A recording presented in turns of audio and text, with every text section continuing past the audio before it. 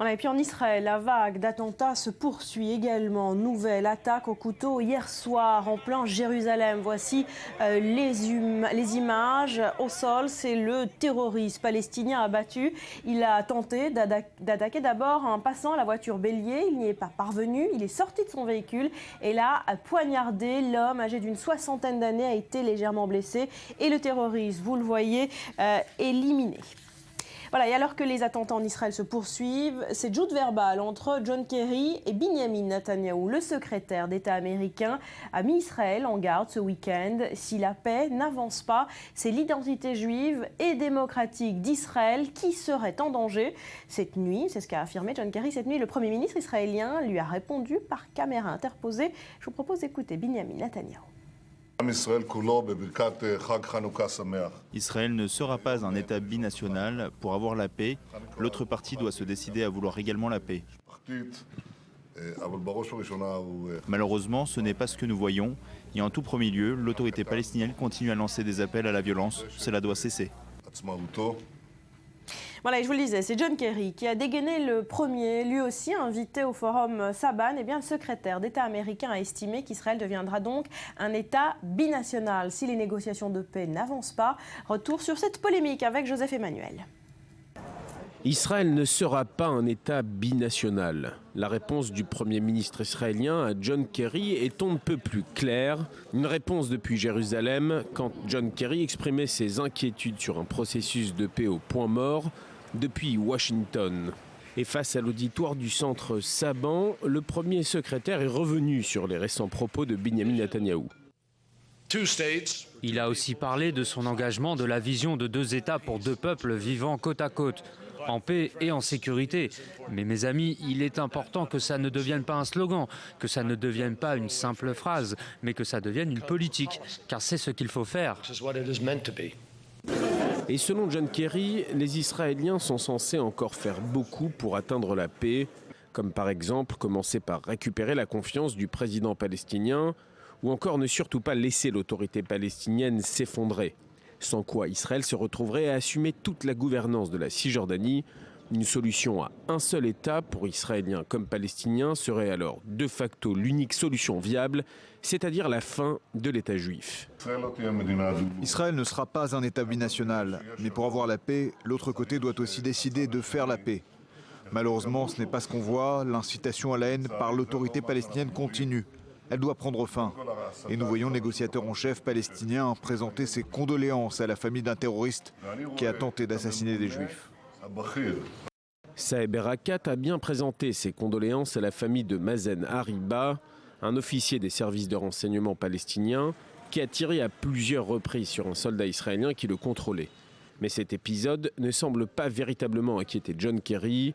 Le secrétaire d'État s'est montré en revanche préoccupé par le désespoir du président palestinien. Un désespoir qui n'est rien d'autre, affirmait John Kerry, que le reflet du désespoir du peuple palestinien. Et depuis Jérusalem, on vous retrouve, Daniel Haïk, vous êtes devant le bureau du Premier ministre Binyamin Netanyahou qui a tenu donc à répondre point par point aux accusations de John Kerry. Sur quel argumentaire s'est basé le Premier ministre israélien ?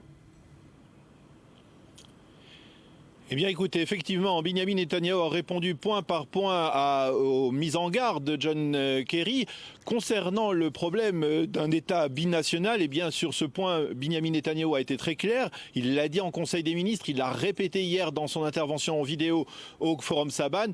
Pas question d'un État binational. Lorsque je parle d'un État palestinien, eh bien il s'agira d'un État démilitarisé, a dit Binyamin Netanyahou. Mais pour le Premier ministre, le fond du problème, le cœur du conflit entre Israël et les Palestiniens, eh bien, ce ne sont pas les implantations, mais plutôt le refus des Palestiniens de reconnaître l'État d'Israël comme État juif, comme État-nation du peuple juif. Les Palestiniens n'ont pas encore franchi le pont émotionnel qui leur permettrait d'accepter l'existence d'un État palestinien aux côtés de l'État d'Israël et non pas à la place de l'État d'Israël, a dit Binyamin Netanyahou. Et puis il a également précisé que Mahmoud Abbas se refusait pour l'instant à dire à son peuple qu'il n'y aurait plus de revendications terroristes territoriale à l'issue, après la signature d'un accord de paix définitif avec Israël. Alors Daniel, il faut souligner qu'Hillary Clinton a également pris la parole à ce forum Saban. Comment se positionne celle qui pourrait devenir la présidente des États-Unis ? Eh bien, on peut dire que sur la forme, eh bien, c'est plus chaleureux qu'avec l'administration Obama actuelle. Mais sur le fond, eh bien, les divergences de vues risquent de perdurer entre Benjamin Netanyahou et la prochaine éventuelle administration américaine. Hillary Clinton s'est montrée très chaleureuse envers l'État d'Israël. Elle a déclaré que les Américains restaient positionnés aux côtés de l'État d'Israël. Elle s'est déclarée en faveur du maintien de la supériorité stratégique et militaire d'Israël dans la région. Elle a même rejoint sur un point Benjamin Netanyahou en affirmant que les leaders du monde arabe s'étaient plusieurs fois servis du conflit israélo-palestinien comme prétexte pour conserver une forme d'unité dans leur population, au sein de leur population. Mais sur un point capital, eh bien, il y a une divergence de vue profonde entre Hillary Clinton et Benjamin Netanyahou. Elle a expliqué très clairement, l'ancienne secrétaire d'État a expliqué très clairement que pour elle, eh bien, Mahmoud Abbas, ceux qui ne considéraient Mahmoud Abbas comme un partenaire qui n'était pas fiable, eh bien risquaient de recevoir en contrepartie comme palliatif Daesh. Et c'est la menace que lance donc Hillary Clinton dans le cadre de ce forum Saban. Cela nous laisse un aperçu de ce que pourrait être l'approche de la prochaine potentielle présidente des États-Unis. On peut donc dire en conclusion, Daniel, qu'Israël espère très clairement une victoire républicaine à la présidence américaine. Je ne sais pas si Israël espère une victoire républicaine. Il est certain que Benjamin Netanyahou, son entourage, espère véritablement une victoire républicaine. Ils se garderont très certainement de le dire de cette manière, mais c'est certainement ce qu'ils ressentent aujourd'hui, surtout après les déclarations faites dans le cadre de ce forum Saban à Washington. Merci Daniel, depuis le bureau du Premier ministre à Jérusalem. Voilà,